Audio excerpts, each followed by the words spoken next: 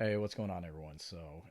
Just decided I'd get another one out before the weekend. This is Michael with one mic out, and just a couple things. I told you the rants, the ramblings and the rants would eventually start to happen, and I got a quick one before the weekend gets started. Girlfriend and I are out at dinner last night, and we started talking about how um, just essentially how um, in the military, you whenever you have like a new commander or someone new, large, and in charge come in, you could always tell what kind of leader they're going to be based off the immediate changes they implement right off the bat. Where a good leader will sit back and wait a little bit and kind of see how the unit is running to see if any changes actually need to be made or not. Maybe the predecessor, if you have trust in the predecessor, who's moved on, probably the greener pastures, may have retired or things like that, may have had a system in play that was actually really good. That maybe just some minor tweaks and adjustments here and there, but otherwise, overall, probably aware. It may have been a well-oiled machine and is working on firing on all cylinders. But every now and again, and unfortunately more often than not, you would get those commanders who would come in and guns blazing and want to make changes right off the bat. And then they'd realize how difficult it was to make the changes that they talked about. They talk a big game. You'd have that commander's call or that big powwow, and they discuss their vision and things like that, and yada yada yada. So you're like, okay, they talk a big game. You'd be like, okay, yeah, this sounds good. And then all of a sudden, you're getting emails talking about uniform. Hey, we need our guys aren't blousing their boots the right way, or hey, they're having their hands are in their pockets a little too much, or hey, I want all my gents wearing their berets at all times. No PCs, just stuff like that, like little creepy shit. And you'd sit back and be like, really? Like that's the change that you're bringing to our unit. That's what you were talking about. That's what you really meant.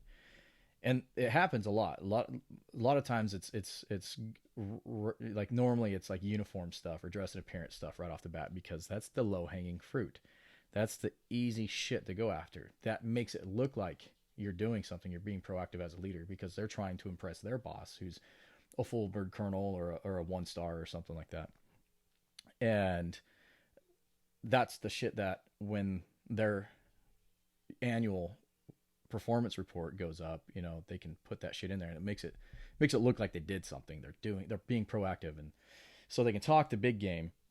Excuse me, they can talk that big game, but as long as they're like sticking busy with all this little shit, it looks like they're doing something. And so in their eyes, they feel like they look like they're a busy little bee in the eyes of their commander, or of their boss, I should say. And that's the trait of a bad leader, because that means that they don't give any shit truly about the unit and how the unit truly is operating. They're only caring about themselves, their career. So they're worrying about the one, and not the troops underneath them. So that's the leadership issue. One of the leadership issues the military has, is that. And so when you put that on a much grander scale, in the media, right, and in politics, um, we see the cancel culture going on right now. We see how everyone's going after, fucking cartoons, right, that have been around for decades. Now all of a sudden, it's pissing people off. The Office now is like the latest and greatest one to come under attack. Um, you've had, Gina Carano, get canceled. You've had all these you're finding all these terms, all these words that have been part of the English language for hundreds of years, are now found offensive. Just the craziest shit is being found offensive, when it was never offensive before. First off, one, I truly believe there's no such thing as being offended. You choose to be offended. It's a choice. So you're making a no shit internal choice of, I am going to find offense to something. I'm going to find offense to what you said. So you make that choice to be offended. It's not someone offended you. You offended yourself. It's a choice. But two, with all the cancel culture going on and how the media jumps on the back of it, like, with BLM and Antifa and all that kind of shit, and not necessarily Antifa, you can throw them out, but more the BLM movement. A lot of it's based on a lot of lies, and a lot of, you follow the money and where the money's actually truly going to, when a lot of it's supposed to go and be, help certain causes, which it's not. Pennies on the dollar, maybe, but the majority of it is going to line pockets. I mean, but of course, nothing that the media is telling us is true, and nothing that the politicians are telling us is true. It's just everything's meant to reelect or get elected officials, and they put money in people's pockets, in the elite in their pockets. But anyway, you think of this cancel culture and you think of the power that the media and these politicians have, the real true difference that they could truly make. You got to remember, like, racism will never be cured. That's just something that, because someone will always find something racist, like the color white will be just racist, Sour Patch Kids will be found racist, like the people, it's in the eye of the beholder, right? And so racism will never go away. That's like saying, people being offended will go away one day. No, you're never going to stop it, because it's very essentially, it's in the eye of the beholder. It's your decision. It's your feelings. We're each our own individual, right? And so things will affect us differently. So you're never going to get rid of it 100%. But when it comes to the media and the power that they have, and politicians, if they truly give a flying rat's ass about canceling shit that actually mattered, getting rid of stuff, taking, I'll put it this way. So, big wrestling fan, right? So Peacock Network, which is a subsidiary of NBC, just signed a contract with the WWE to take all the content that was on the WWE Network, which was a streaming service where you could watch like all the old wrestling shows from way back when. It's kind of like a Netflix, but for wrestling. And they signed an agreement to bring all that content underneath the Peacock banner. And so now it's all on that app. And they're touting that app, that streaming service, to be family friendly. And so they started going back and they had to scrub all the WWE's content. So we're going back through material, old wrestling shows from decades back, that they have to scrub in order to show them on their family friendly network. And there was one segment that involved two different wrestling factions. It's all fake. It's all make believe. It's like something you would see on TV. It's like it's a live TV show for the most part, with a live action audience. And there was a segment where you had two groups. One, you had the Nation of Domination, which was headed up by Dwayne "The Rock" Johnson and Ron Simmons and D'Lo Brown and a couple other. They're all African American, prominent black wrestlers, with heraldry that goes back in wrestling, decades. These are some awesome dudes, superstars. And their kind of MO was kind of like very like, their colors were like, the African style flag colors that you see in a lot of African country nation flags, the red, the yellow, the green, the black, that was the colors of the majority of their get-ups. And they were a heel faction. They were not a good guy faction, because in wrestling business, you have face factions, which are good guys, and you have heel factions, or you have faces that are good guys, just the guy, and then you have a heel, which is the bad guy. And then it creates the tension and whatnot. And that helps them sell the next pay-per-view coming up. Anyway, the face faction, if you will, was D-Generation X, called DX. And anyway, so these two factions, these two wrestling groups, are like rivals with each other. They're fighting and all that kind of stuff. And so they would do what are called promotions every now and again. So that's when they cut a promo where they would grab the microphone, speak into the camera, say a bunch of crazy nonsense, and then they'd cut, and that would be a build up to see how the other person or the other group would respond to that.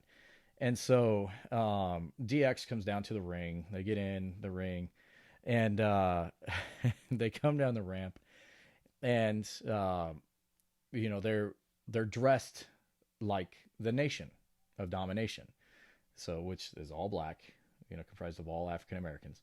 And then you have DX, which is comprised of like all white dudes, minus China, who was a female wrestler, and they're all dressed like the Nation of Domination. So much so that Sean Waltman, X-Pac was his name, who is dressed like Mark Henry, the world's strongest man. Sean is dressed up. Mark's a huge dude, world's strongest man, won that a couple times. Just a big dude, like 500 pounds. We're talking, just huge dude, and that's no joke. That's like legit 500.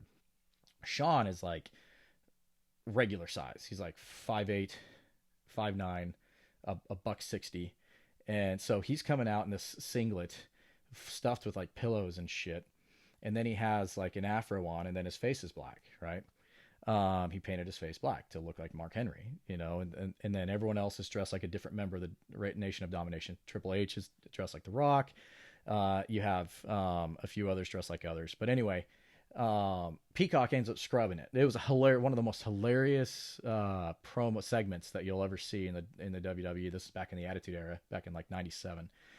And it was hilarious. No problem. No one ever had a problem. And actually, the only people that have problems with it are predominantly the white people. And Peacock scrubbed it because it was deemed offensive, and offensive to who? That's a question I want to ask. Is like, if you go back and watch that, would you find that offensive? Now, granted, look at the time and the era it was in. Take into account that wrestling is fake, so it's no different than the movie White Chicks. You know, it was all planned out. It's not like they went and surprised the Nation of Domination. You know, like, hey, you're going to do this, and this is how we'll respond to it, and yada yada yada. So it's stuff like that. And so in real cancel culture, if media really truly wanted to cancel shit, then why isn't child pornography canceled yet? Why is human trafficking still a thing? Save the children. Remember that hashtag that kind of went by the wayside? What about, you know, like those are the big things that should be canceled. What about the perpetuance of drug use, you know, being glorified in movies and TV shows and whatnot?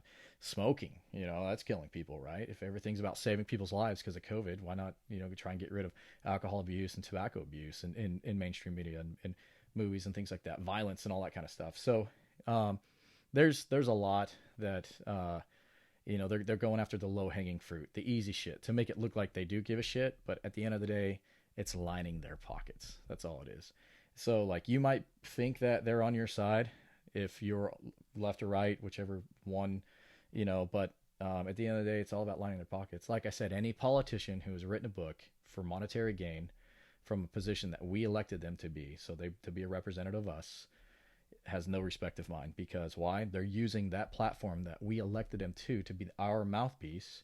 Hey, George, you kind of talk better than the rest of us, but we all kind of think alike. You want to go represent us up in Washington, speak for us, be our mouthpiece? Cool. And then George goes off and makes $1 billion, and we're like, wait, what the fuck just happened? You know, no, he was just supposed to go out there and represent us and cast a vote when we needed him to cast a vote. So everything at the end of the day, it's all about making money, folks. That's all it is. So anyway, I hope you all have a great weekend. Love you all, and we'll catch you on the next one. This is Mike with One Mic Out, and we'll see you later.